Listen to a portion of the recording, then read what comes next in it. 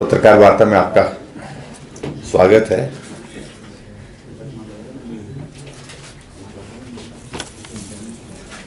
आज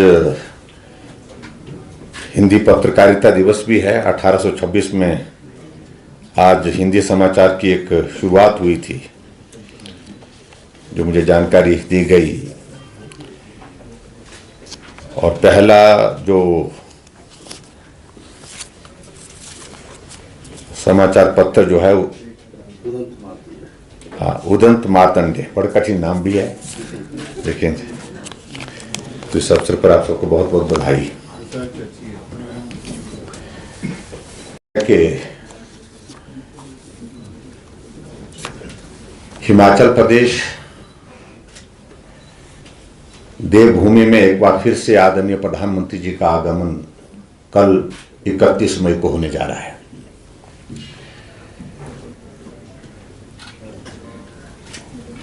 और अब का ये कार्यक्रम बहुत अलग तरह का कार्यक्रम है, राष्ट्रीय महत्व का कार्यक्रम है। केंद्र में भारतीय जनता पार्टी एनडीए सरकार का 8 वर्ष का कार्यकाल पूरा हुआ है। और ये 8 वर्ष का कार्यकाल भारत के इतिहास में मैं कह सकता हूं कि सबसे यशस्वी कार्यकाल रहा है। देश के प्रधानमंत्री श्री नरेंद्र मोदी जी के नेतृत्व में इन 8 वर्षों में भारत को एक नई पहचान दिलाई है। अंतर्राष्ट्रीय स्तर पर भारत का सम्मान, अंतर्राष्ट्रीय स्तर पर भारत की पहचान,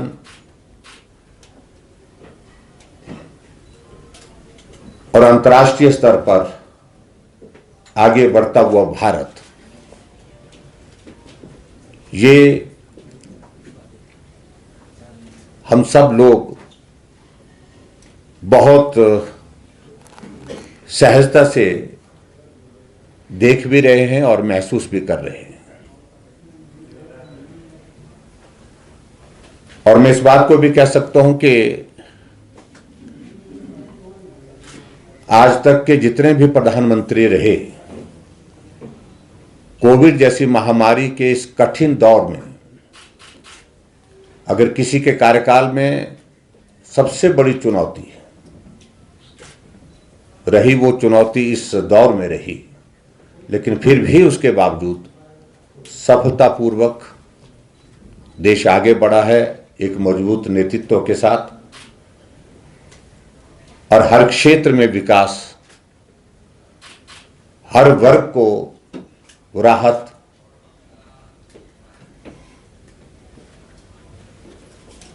इस अनुभव के साथ भारत लगातार आगे बढ़ता हुआ अपनी पहचान बनाने में सफल हुआ है। इस कार्यक्रम में जुड़ करके प्रधानमंत्री जी आधा घंटा तक लाभार्थियों के साथ इंटरेक्ट करेंगे।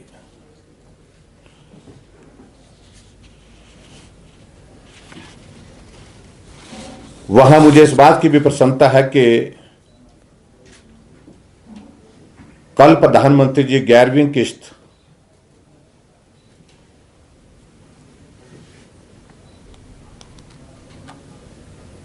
प्रधानमंत्री जी यहां से जारी करेंगे किसान सम्मान निधि की, और ये 21,000 करोड़ रुपए की राशि जो है वो कल जारी की जाएगी। और मुझे इस बात की भी प्रसन्नता है कि इसके माध्यम से 80 करोड़ लोग जो है वो लाभान्वित होंगे।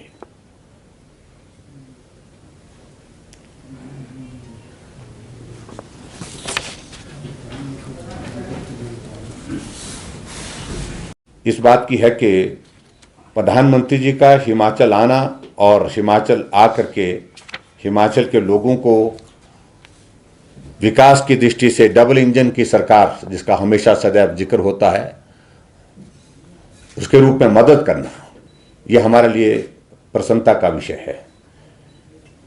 बाकी सारी चीज़ों को लेकर के मैं विस्तार से न कह करके सिर्फ इतना ही कहना चाहता हूं कि एक ऐतिहासिक कार्यक्रम जो कल का होने वाला है, जो पूरे देश के लिए एक राष्ट्रीय महत्व का कार्यक्रम है, उसको आयोजित करने का सौभाग्य हिमाचल प्रदेश सरकार को प्राप्त हुआ है और आप सब कल आमंत्रित हैं। और हिमाचल प्रदेश के लोगों से भी मेरा इस बात के लिए भी निवेदन है कि कल इस कार्यक्रम का हिस्सा आकर के भी बने और उसके साथ साथ में जो आ नहीं सकते हैं वो वर्चुअल माध्यम यानी कि बहुत जो हमारे सोशल मीडिया के माध्यम है उनके माध्यम से वो जुड़ करके इस कार्यक्रम को देख सकते हैं। लगभग 17 लाख से ज्यादा लोग पूरे देश भर में वर्चुअल माध्यम से इस कार्यक्रम का हिस्सा बनेंगे।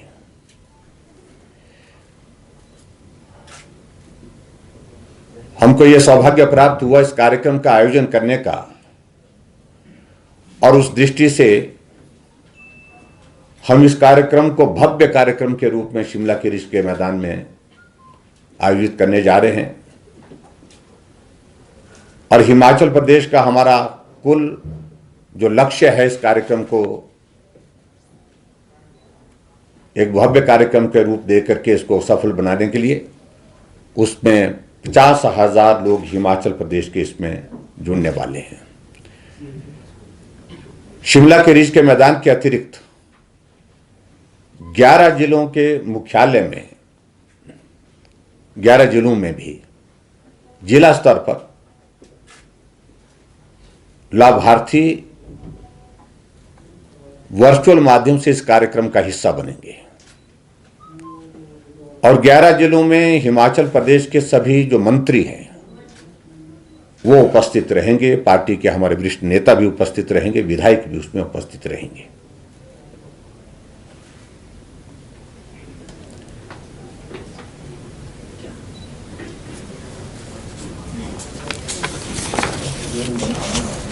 है कि ये कार्यक्रम कल का जो आयोजित किया जा रहा है, इस कार्यक्रम के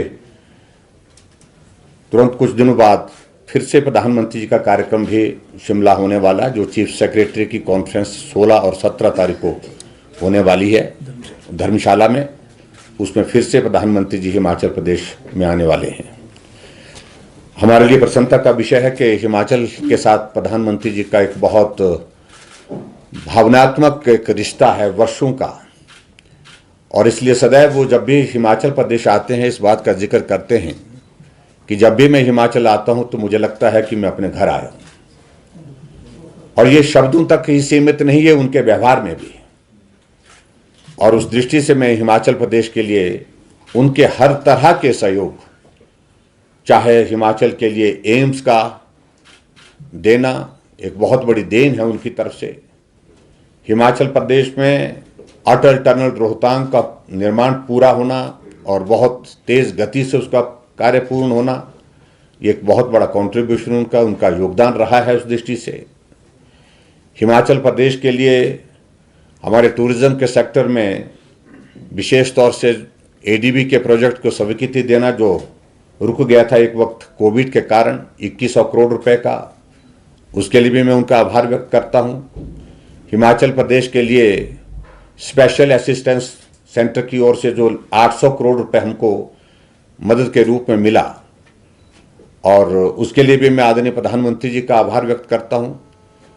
और हर तरह के सहयोग के लिए आदरणीय प्रधानमंत्री जी का मैं आभार व्यक्त करता हूं। और कल के इस कार्यक्रम की छोटी सी रूपरेखा मैंने आपके समक्ष रखी। प्रधानमंत्री जी 10:50 पर शिमला के रिज के मैदान में पहुंचेंगे और उसके पश्चात जो कार्यक्रम की रूपरेखा मैंने आपके समक्ष बताई है उस कार्यक्रम को यहाँ पर करेंगे। कार्यक्रम के बारे में थोड़ी सी बात करनी थी, वो मैंने कही। इसमें रोड शो भी होगा जी, कहां से कहां तक होगा? कि अन्नाडेल प्रधानमंत्री जी के आने के पश्चात ये सीटीओ से ले करके रानी झांसी पार्क जहाँ के लिए ऊपर मुड़ेंगे वहाँ तक लोग उनका स्वागत करेंगे। प्रधानमंत्री जी रुकेंगे नहीं और अपनी गाड़ी में चलते चलते जहां वो रिज के मैदान की ओर बढ़ते जाएंगे तो लोग उनका अभिनंदन और स्वागत करते जाएंगे। और कौन-कौन नेता? केंद्र से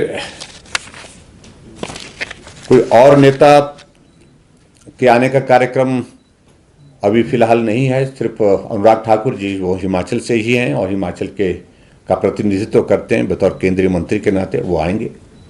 नड्डा जी नहीं आएंगे? नहीं, नड्डा जी इस कार्यक्रम में नहीं आएंगे।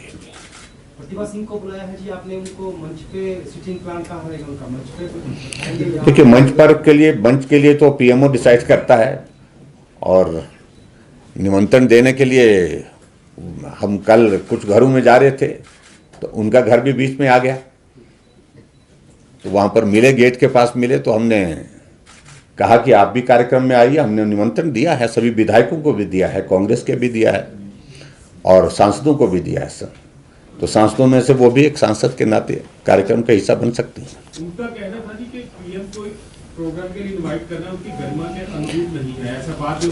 देखिए, मैं पार्टी का कार्यकर्ता हूं, मुख्यमंत्री बाद में बना। पार्टी की ओर से निर्धारित कार्यक्रम के अनुसार हम सब लोगों ने तय किया कि हम सब लोग कुछ जगह, कुछ घरों में जाकर के थोड़ी देर के लिए व्यक्तिगत रूप से निमंत्रण देने के लिए भी जाएंगे।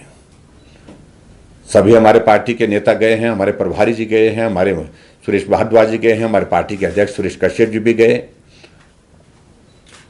और एक कार्यकर्ता के नाते, क्योंकि हमेशा मुख्यमंत्री का ये इसको जोड़ना ये उचित नहीं है, कार्यकर्ता हैं पहले, और मैं समझता हूं कि कार्यकर्ता के नाते मेरे को जो पार्टी की ओर से भूमिका दी गई थी उस भूमिका को निभाने के लिए मैं अपना काम कर रहा था और मुझे इसमें कतई भी नहीं लगता है कि किसी की गरिमा को मेरी गरिमा को ठेस पहुंचा। मेरा ये सौभाग्य है कि पार्टी के कार्यकर्ता के नाते इस कार्यक्रम का हिस्सा बनने का मुझे भी जो है वो लोगों के बीच में जाने का सौभाग्य प्राप्त हुआ। सर, ये जो कल प्रतिभा जी की जो यही होगी, क्योंकि वो अलग परिवेश के लोग हैं, हम तो साधारण परिवार के लोग हैं और साधारण परिवार के साथ अपना रिश्ता जो है वो जिंदगी भर का रिश्ता है और सदैव रहेगा, और इसको और मजबूत करने के लिए जो भी करना होगा वो करेंगे।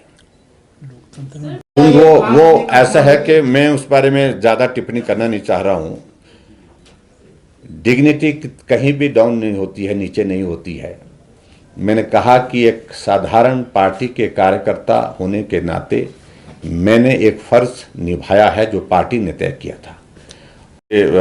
वो अपनी गाड़ी में बीपी व्हीकल में बैठ करके चलेंगे, उसमें उस तरह का। पंजाब में कल एक हादसा हुआ है जिसमें एक सिंगर की और पॉलिटिशियन की हत्या की गई है, तो हिमाचल प्रदेश में सुरक्षा को लेकर किस तरह के इंतजाम हैं? प्रधानमंत्री को किस तरह? देखिए, बहुत ही दुर्भाग्यपूर्ण घटना घटित हुई है पिछले कल वो, और इस घटना की हम निंदा भी करते हैं और इसकी जांच, उच्च स्तरीय जांच होनी चाहिए। लेकिन विचित्र बात हमारे सामने इस प्रकार की है कि एक अलग तरह का शौक कुछ लोगों को चढ़ा है, कुछ नेताओं को चढ़ा है, कुछ हट करके करना, नया करना। शायद एक दिन या 2 दिन पहले ही उनकी सुरक्षा वापस ली गई, और जो सुरक्षा वापस ली गई वो एक राजनीतिक निर्णय एक तरह का मुझे लगता है, जबकि सुरक्षा किसको कितनी मिलनी चाहिए, कितनी देनी चाहिए, कितनी वापस लेनी चाहिए, ये इसके लिए सेट पैरामीटर्स हैं कि उस व्यक्ति को सिक्योरिटी थ्रेट्स का लेवल क्या है, और इसके लिए एक कमेटी जो है वो निर्धारित करती है कि किस व्यक्ति को किस स्तर की सुरक्षा देने की जरूरत है। इसको पॉलिटिकल डिसीजन के रूप में नहीं लेना चाहिए कभी भी, लेकिन अखबार में खबर बने, पूरे देश भर में खबर बने कि हमने ये कर लिया, मैं समझता हूं कि वो उचित नहीं है। और जिस तरह से कल इस घटना को अंजाम कुछ लोगों ने दिया है, AK-47 लोगों के हाथों में, और एक नहीं कई लोग उसमें थे बेचारे, लगभग 30 से 40 राउंड गोली के वहां पर चले, और ये घटनाओं का क्रम आप देखिए ये किस प्रकार से बहुत तेजी से घटित हो रहा है पंजाब में। जो आरोपी है और जो सरकार, मैं इतना कहना चाह रहा हूं, जो सरकार वहां पर हाल ही में बनी है वो बातें बहुत ऊंची ऊंची करने की कोशिश कर रही हैं, लेकिन व्यवहारिक रूप से चीजों को समझने की आवश्यकता है। पंजाब के लोग हमारे हिमाचल प्रदेश में खालिस्तान का झंडा फहरा करके चले गए थे, लेकिन हम उनको वो तीसरे दिन, हम उनको एक को तीसरे दिन, एक को हमको दो दिन और लगे, 5 दिन के अंदर हम उनको उठा करके ले आए। पंजाब में एक जगह नहीं अनेक जगह खालिस्तान के झंडे लग गए, अनेक जगह वहां पर खालिस्तान के नारे लग गए, लेकिन उसके बावजूद भी कार्रवाई नहीं हो रही है। इसका अभिप्राय क्या है? प्रोजेक्ट से सर जिसके वर्षगांठ एक है, तो उम्मीद है सर कि कल प्रधानमंत्री जी यहाँ पे घोषणा करें। नहीं, देखिए, हमने किसी बात के लिए इस तरह से आग्रह नहीं किया प्रधानमंत्री जी के समक्ष कि वो घोषणा करें। प्रधानमंत्री जी आए और हमारे लिए सौभाग्य ये है कि इतना बड़ा कार्यक्रम, राष्ट्रीय स्तर का कार्यक्रम का आयोजन हमारे शिमला के रिज के मैदान से हो रहा है। ये बहुत बड़ी सौभाग्य की बात है। और दूसरी बात, प्रधानमंत्री जी ने कभी कार्यक्रम में आकर के कुछ देने की बात कही हो, ऐसा ये जरूरी नहीं है। प्रधानमंत्री जी ने बिना आए बहुत कुछ दिया है, आकर के भी दिया है, बिना आए भी दिया है। हर वक्त जब भी हमने मदद उनसे प्रदेश के विकास के लिए मांगी है, सहयोग मांगा है, तो उनका सहयोग मिला है। तो इसलिए मैं यही कहना चाहूँगा कि प्रधानमंत्री जी का सिर्फ अभिनंदन करेंगे, और प्रधानमंत्री जी ने हिमाचल के लिए बहुत कुछ दिया है। सर ये जो रोड शो हो रहा है खुली जीप में होगा कि उनको वो तीसरे दिन, हम उनको एक को तीसरे दिन, एक को हमको दो दिन और लगे, 5 दिन के अंदर हम उनको उठा करके ले आए। पंजाब में एक जगह नहीं अनेक जगह खालिस्तान के झंडे लग गए, अनेक जगह वहां पर खालिस्तान के नारे लग गए, लेकिन उसके बावजूद भी कार्रवाई नहीं हो रही है। इसका अभिप्राय क्या है कि वहां की सरकार इन लोगों के खिलाफ कार्रवाई क्यों नहीं करना चाहती है? अभी 2 महीने की सरकार में AK-47 लोगों के हाथों तक कैसे पहुंच रही है? और यहां प्रधानमंत्री जी का मेरे को वो घटनाक्रम स्मरण आता है जब वो वहां पर रैली करने के लिए आए थे 5 जनवरी को, जहां उनके काफिले को रोक दिया गया। और उस वक्त उन्होंने, प्रधानमंत्री जी ने एयरपोर्ट जब पहुंचे थे तब जाकर के कहा था, उनके एक मंत्री के पास शायद ये कहा था कि अपने मुख्यमंत्री को का धन्यवाद करना कि मैं सुरक्षित वापिस जा रहा हूं। जब देश का प्रधानमंत्री वहां पर की सुरक्षा को इतने हल्के में लिया जाता है,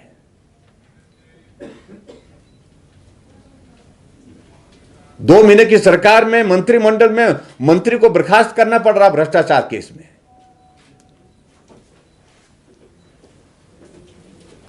अगर 2 महीने के इसमें जो भ्रष्टाचार में मंत्री आता तो उसकी पृष्ठभूमि उनको जानकारी नहीं थी क्या?